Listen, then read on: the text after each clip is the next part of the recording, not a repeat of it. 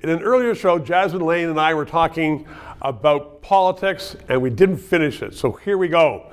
Let's just talk about our Prime Minister, the fact that he has abandoned his net zero principles, which he said he was going to be on for the rest of his life. He is changing a lot of rules. I was at a reception the other night with a bunch of Tories and some Liberals, and a Tory came up to me and said, you know, half the people in this room voted for Carney, and they're Conservatives. Has he completely upset Canadian politics, and is he completely without principle, or is it just the fact that he is doing what he needs to do at the time?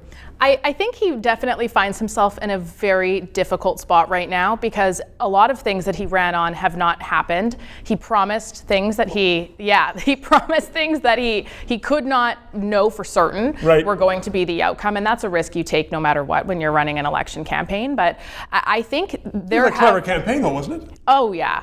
It was frustrating, but yes, it was very effective. But I think for a lot of his base, there's a lot of people who as you said, you know, they said we were conservative, but we got so caught up in all of this, and we voted for him, and now you're not delivering, and that's a really risky place to be in, especially as a minority government. So what does that say about Canada, and from your point of view, the politics, where he's been Prime Minister now for 10 months or something like that? Minority government, when it gets down to it, are we going to have an election soon, do you think?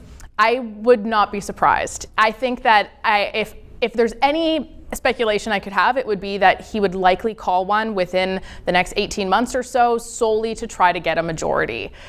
Or when it comes to budgets and all of that, there is a risk of it falling. Here, we're going to have a budget soon. Yeah, well, we'll see about that. So if there's a confidence vote and they lose, of course, there's going to be an election. There are people still who, in the Conservative Party, who are very conservative, and they still say, we don't like Poilievre. Mm-hmm. Is he changing? Poilievre, is he going to be more accommodating, more Canadian?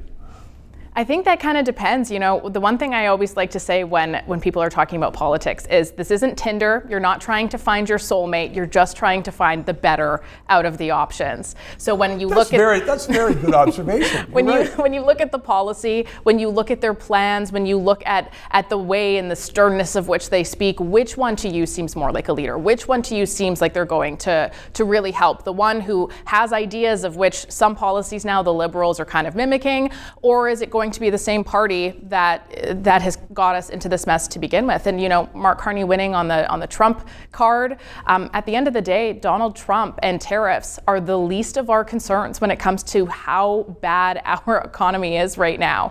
It plays a very small margin, much smaller than they like to admit. I'd love somebody to say that. You know what? Let's build Canada. Forget about Trump. Mm-hmm. Yeah. And don't go down, obsequious to the White House. Mm-hmm. Anyway, Jasmin, thanks very much. 3 minutes. Thank you for watching another analysis of the issues that impact Canada. Trudeau is gone. We have to rebuild the country. We need independent analysis. We need debate. We need thought. So please keep us on the air.